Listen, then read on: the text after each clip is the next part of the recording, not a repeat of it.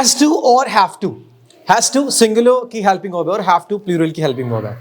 Game बहुत simple सा है हैज टू हैव टू में, जब कुछ काम करना इंपॉर्टेंट हो, लगता है कि कुछ करना जरूरी है आपके लिए, जैसे कि क्रिकेट खेलना है मुझे आज शाम को एक दोस्त की पार्टी में जाना है, मुझे एग्जाम अटेंड करना है अगले दिन, मुझे तैयारी करनी है, मुझे अपनी जिंदगी में कुछ अचीव करना है। इसका मतलब जब आपको लगता है कि आप वो करने के लिए बाउंड हो या आपके लिए बहुत ज्यादा इंपॉर्टेंट हो वो चीज, जैसे एग्जाम्पल के तौर पे, हे आई have to prepare for my examination, I have to helping verb किसको रिप्रेजेंट करने के लिए, ये बताने के लिए कि ऐसा करना कुछ जो जरूरी है आपके लिए, राइट। मुझे खाना है, मुझे पढ़ना है, मुझे बात करनी है, मुझे आपसे कुछ पूछना है, मतलब कुछ वो बताने के लिए जो आपके लिए इंपॉर्टेंट हो, या आप बाउंड हो, या आप कई बार आपको लगता है कि आप फोर्स्ड हो काम करने के लिए, राइट। इस तरह की कंडीशंस को बताने के लिए हैज टू और हैव टू यूज होता है प्रेजेंट की फॉर्म में।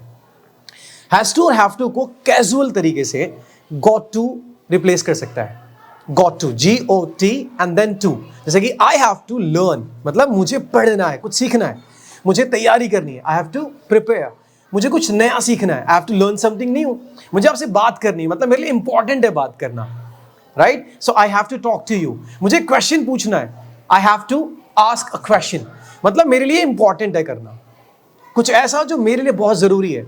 अगर मैं हैव टू और हैज टू की जगह आपको एक रिप्लेस करने वाला एक वर्ड बताऊं, वर्ड नहीं हेल्पिंग वर्ब बताऊं, जो कि सिमिलरली यूज होती है लेकिन थोड़ा कैजुअली यूज होती है। कैजुअली मतलब दोस्तों में, नॉर्मली फ्रेंड्स के बीच में बात करते वक्त में, तब आप हैज टू और हैव टू को रिप्लेस कर सकते हो गॉट टू से। कंडीशन सेम है सब कुछ। I have to go, I got to go, got to go. I have to learn, I got to learn. I have to practise, I got to practice.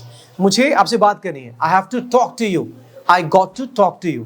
और जल्दी में got to को गोटा बोला जाता है, कॉन्ट्रैक्शन फॉर्म गोटा, जैसे कि आई got to go, I got to go, I got to go, I got to learn, I got to learn, I got to practise, I got to practise, I got to talk about it, I got to ask you a question, I got to meet you, I got to discuss something with you, I got to discuss something with you, I got to discuss something with you, I got to discuss something with you, I got to discuss something with you, I got to ask you something, I got to meet you, I got to plan, I got to go, I got to he got to come।